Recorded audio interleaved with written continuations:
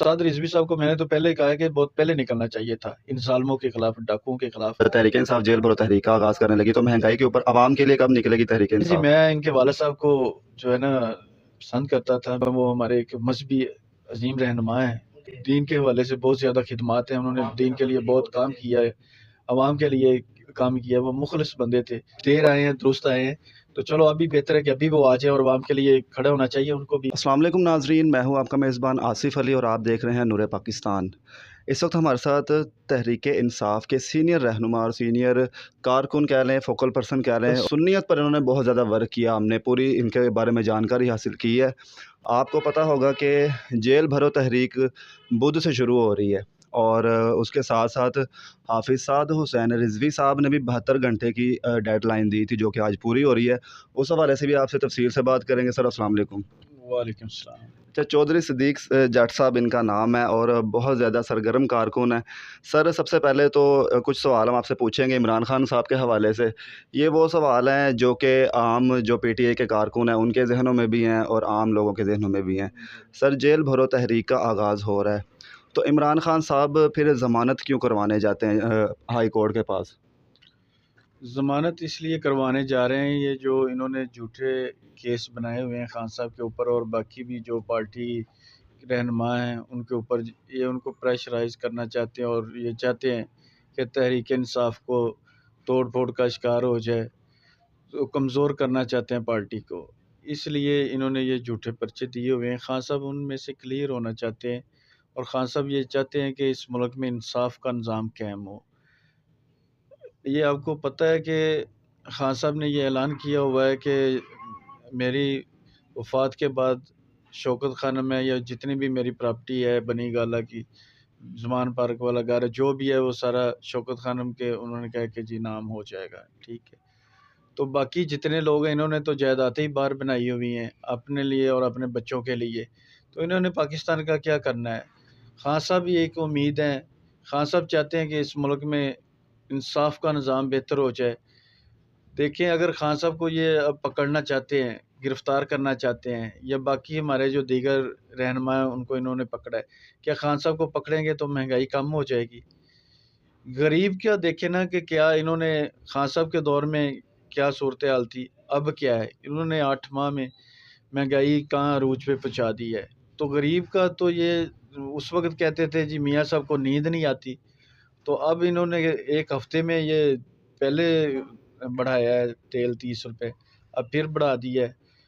तो गरीब का तो जीना मुश्किल हो गया है इस मुल्क में। अच्छा सर, हुकूमत कहती है कि इमरान खान साहब ने इतने ज़्यादा कर्ज़े लिए हैं जितने पीछे 30 या 35 सालों में पिछली हुकूमत ने लिए। क्या ये सच है?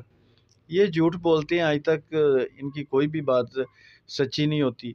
पहले ये कहते थे कि जी जो कर्ज़े लिए हैं वो यानी कि महँगाई का उसके साथ कोई तल्लुक नहीं है। हर चीज़ इन्होंने, इनकी सियासत ही सारी झूठ पे है। खान साहब ने कर्ज़े अगर लिए हैं तो वो वापस भी किए हैं। सबसे ज़्यादा कर्ज़े रिकॉर्ड जो वापस किए हैं खान साहब ने किए हैं। खान साहब के दौर में मुल्क खुशहाली की तरफ जा रहा था। 6% ग्रोथ थी पाकिस्तान की, ठीक है। पाकिस्तान तरक्की की तरफ जा रहा था। टेक्सटाइल चल रही थी, अब आपके सामने है कि हर चीज़ बंद हो गई है। किसान खुशहाल था, अवाम खुशहाल हो रही थी, ठीक है। खान साहब ने तो हर चीज़ बेहतरी की तरफ ले जा रहे थे। तो जब से ये आए इन्होंने मुल्क का बेड़ा गर्क कर दिया है। सारे चोर डाकू आके इन्होंने अपने केस माफ़ करवाए हैं। ये तो अपने लिए आए हैं, अपनी जायदादें बचाने के लिए आए हैं, ये पाकिस्तान के लिए थोड़ा आए हैं। सिर्फ़ एक वाहद हल है कि मजबूरी अब बन गई है कि खान साहब आएँगे तो फिर ही मुल्क जो है ना बेहतरी की तरफ जा सकता है। इन चोरों डाकुओं से जान छूटेगी और इंशाअल्लाह ताला खान साहब अब 2 तिहाई अक्सरियत के साथ आएँगे और इस मुल्क को बेहतरी की तरफ लेके जाएँगे। अच्छा सर, ख्वाजा आसफ़ ने अभी बयान पिछले दिनों दिया है कि मुल्क डिफ़ॉल्ट हो चुका है। सर मुल्क डिफ़ॉल्ट हो चुका है या नहीं, ये भी आप बताएँ। इमरान खान का भी दौर हुकूमत गुज़रा है और इनका भी गुज़रा है, तो इसके पीछे किस पार्टी का हाथ है मुल्क के डिफ़ॉल्ट होने में? इसमें जो ये खुफिया पीछे बैठ के सारा कुछ करते हैं, ठीक है? सबको पता है कि कौन कर रहा है, कौन इस मुल्क को चला रहा है, यहाँ तक किसने पहुँचाया है।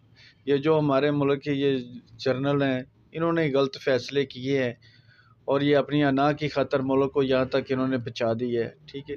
अगर अब इसका एक वाहद अब हल यही रह गया है कि फ़ौरी इलेक्शन होना चाहिए। फिर ही इसका कोई मुल्क का हल निकल सकता है, इसके अलावा तो और कोई हल नहीं है। अच्छा सर, जेल भरो तहरीक शुरू होगी बुध से, तो उसमें क्या रहनुमाओं से इसका आगाज़ किया जाएगा या कारकुनान से किया जाएगा? इसमें रहनुमा भी जाने के लिए तैयार हैं, कारकुन भी जाने के लिए तैयार हैं। हमारे पास कोई हज़ारों की तादाद में लिस्टें मौजूद हैं जो जिन्होंने रज़ामंदी ज़ाहिर की है गिरफ़्तारी देने के लिए। हम खुद भी तैयार हैं गिरफ़्तारी देने के लिए।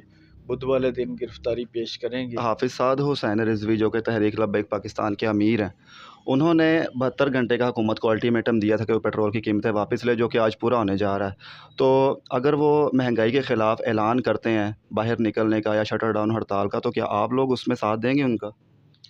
जी, उनको तो बड़ी पहले इस बात पे सामने आना चाहिए था कि महँगाई के ख़िलाफ़ अब जाके वो बोले हैं। तो देखिए, पहले उन्होंने कहा था कि अगर ₹10 भी ज़्यादा करेंगे तो हम आवाम के लिए आएँगे सामने, लेकिन इतनी ज़्यादा महँगाई हो गई है, तो चलो अब भी बेहतर है कि अगर अब भी वो आवाम के लिए कुछ करना चाहते हैं, आना चाहते हैं, तो उनका देर आए हैं, दुरुस्त आए हैं। तो चलो अभी बेहतर है कि अभी वो आ जाएँ और अवाम के लिए खड़ा होना चाहिए, उनको भी अवाम का साथ देना चाहिए। इतनी बड़ी ज़्यादती हो रही है अवाम के साथ। ये देखिए, ये ज़ालिम हुकूमत आई है, इन्होंने आके खान साहब ने लोगों का सेहत कार्ड दिए हुए थे, ठीक है? अब हज़ारों नहीं लाखों लोगों का इलाज हो रहा था सेहत कार्ड के ऊपर, लोगों के इलाज बंद हो गए हैं, ठीक है? लोग परेशान हो रहे हैं, इतनी महँगाई है, वो कहाँ से इलाज करवाएँगे? तो बड़ी ज़्यादती हो रही है इस मुल्क के साथ। इन चोरों, इन डाकुओं के खिलाफ हर बंदे का हक है, निकलना चाहिए इनके अच्छा खिलाफ। सर, तहरीक लब्बैक का तो ऐलान आज हो जाएगा, तकरीबन सुनने में आया कि शाम तक शायद हो जाए, लेकिन जेल भरो तहरीक बुध से उसका आगाज़ हो रहा है। तो इनका ऐलान पहले हो रहा है, तो क्या आप इसमें उसका उनका साथ देंगे, क्योंकि तहरीक में तो अभी 2 दिन पड़े हैं? जी, साथ देना चाहिए, जो मुल्क के लिए बेहतरी के लिए निकलता है उसका साथ देना चाहिए। अच्छी बात है अगर वो आवाम के लिए निकल रहे हैं, तो ये बड़ी अच्छी बात है, निकलना चाहिए। उसमें देखिए ना, गरीब आवाम का फ़ायदा, लोगों के तो चूल्हे बंद हो गए हैं, ठीक है? तो साद रिज़वी साहब को मैंने तो पहले ही कहा है कि बहुत पहले निकलना चाहिए था, इन ज़ालिमों के खिलाफ़, डाकुओं के खिलाफ़। ये तो अपना आपको बचाने के लिए, अपनी जायदादें बचाने के लिए आपके सामने ये आए हैं, तो इन्होंने अपनी केस माफ़ करवाए हैं, ठीक है? इन्होंने मुल्क का क्या करना है? एनआरओ लेने आए थे, वो इन्होंने ले लिए हैं, अपनी जायदादें इन्होंने वो जो करप्शनें की थी, वो इन्होंने हज़म कर ली हैं। अच्छा, साद हुसैन रिज़वी साहब की शख्सियत को आप किस तरह देखते हैं? एक नौजवान लीडर, और किसी भी पार्टी का मेरा ख़्याल अभी तक इतना नौजवान लीडर नहीं है। देखिए जी, मैं इनके वालिद साहब को जो है ना पसंद करता था, मैं उनकी बहुत इज़्ज़त करता हूँ। वो हमारे एक मज़हबी अज़ीम रहनुमा हैं। दीन के हवाले से बहुत ज़्यादा ख़िदमात हैं, उन्होंने दीन के लिए बहुत काम किया है, अवाम के लिए काम किया है, वो मुख़लिस बंदे थे। और आपने देखा है कि उनका इतना बड़ा जनाज़ा हुआ है, ठीक है? ये अल्लाह ताला ने उनको इज़्ज़त बख्शी है। तो साद रिज़वी साहब भी उनके बेटे हैं, हम उनकी भी इज़्ज़त करते हैं। वो अल्लाह उनको तौफ़ीक दे दीन के काम करने के लिए। लोग कह रहे हैं कि साद हुसैन रिज़वी साहब ने ऐलान किया, तो खान साहब ने भी साथ ही ऐलान कर दिया उनको देकर। क्या इस तरह का कोई मामला है?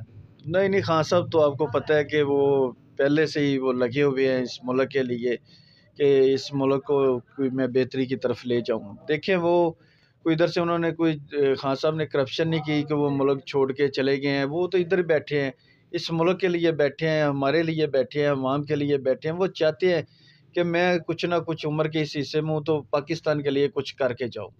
तो वो तो हमारे लिए बैठे हैं। उन्होंने अगर करप्शनें की होती, जायदादें बाहर बनाई होती, तो वो भी मुल्क छोड़ के बाहर चले जाते। तहरीक इंसाफ महंगाई के ऊपर क्या करेगी? क्योंकि महंगाई तो इस वक्त उरूज पर है, और तहरीक इंसाफ जेल भरो तहरीक का आगाज़ करने लगी, तो महंगाई के ऊपर आवाम के लिए कब निकलेगी तहरीक इंसाफ?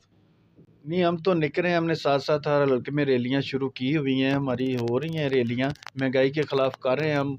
हर हल्के में पीपी और एनए के हल्के में कर रहे हैं, रूटीन के साथ हमारे चल रहा है, एहतजाज हो रहे हैं। अब इन्होंने कब्रों के ऊपर भी टैक्स लगा दी है, ठीक है?